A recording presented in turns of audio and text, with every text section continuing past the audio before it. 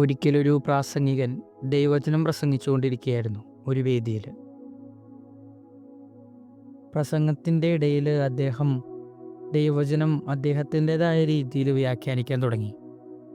അതായത് വചനത്തിലുള്ള വാക്കുകൾ സാധാരണക്കാർക്ക് കുറച്ചും കൂടി മനസ്സിലാകാൻ വേണ്ടി അദ്ദേഹത്തിൻ്റെ രീതിയിൽ അദ്ദേഹം ഓരോ വ്യാഖ്യാനങ്ങൾ പറയാൻ തുടങ്ങി. പ്രസംഗത്തിനെല്ലാം ശേഷം വേദിയിലിരുന്ന ഒരു മനുഷ്യൻ എഴുന്നേറ്റുകൊണ്ട് അദ്ദേഹത്തിനോട് പറഞ്ഞു, അതെ, നിങ്ങളുടെ വ്യാകരണത്തിൽ ഏതാണ്ട് 11 പ്രാവശ്യം തെറ്റുകൾ ഞാൻ കണ്ടെത്തിയിട്ടുണ്ട്.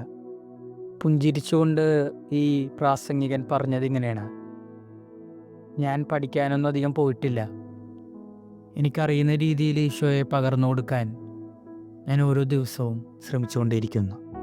ഇന്നത്തെ സുവിശേഷത്തിൽ ഈശോയെ മാനസികമായിട്ട് തകർക്കാൻ വേണ്ടി മാത്രം ഉദ്ദേശിച്ചുകൊണ്ടൊരു ചോദ്യം ചോദിക്കുന്നുണ്ട്. ആരുടെ അധികാരത്തിലാണ് ഇതെല്ലാം പ്രവർത്തിക്കുന്നതെന്ന്. ഈശോ അവരോട് ഉത്തരത്തിന് പകരം മറു ചോദ്യം ചോദിച്ചുകൊണ്ടാണ് അവസാനിപ്പിക്കുന്നത്. പലപ്പോഴും ജീവിതത്തിൽ നമ്മളിങ്ങനത്തെ ഒരു അവസ്ഥകളിൽ അകപ്പെടാറുണ്ട്. ചിലരുടെ ചോദ്യത്തിന് മുൻപിൽ ഉത്തരം നൽകുന്നതിന് പകരം മറു ചോദ്യം ചോദിച്ചുകൊണ്ട് ആ സംഭാഷണം അവസാനിപ്പിക്കാൻ ശ്രമിക്കുക. ഇന്ന് നമുക്ക് കൃപയ്ക്കായിട്ട് പ്രാർത്ഥിക്കാം.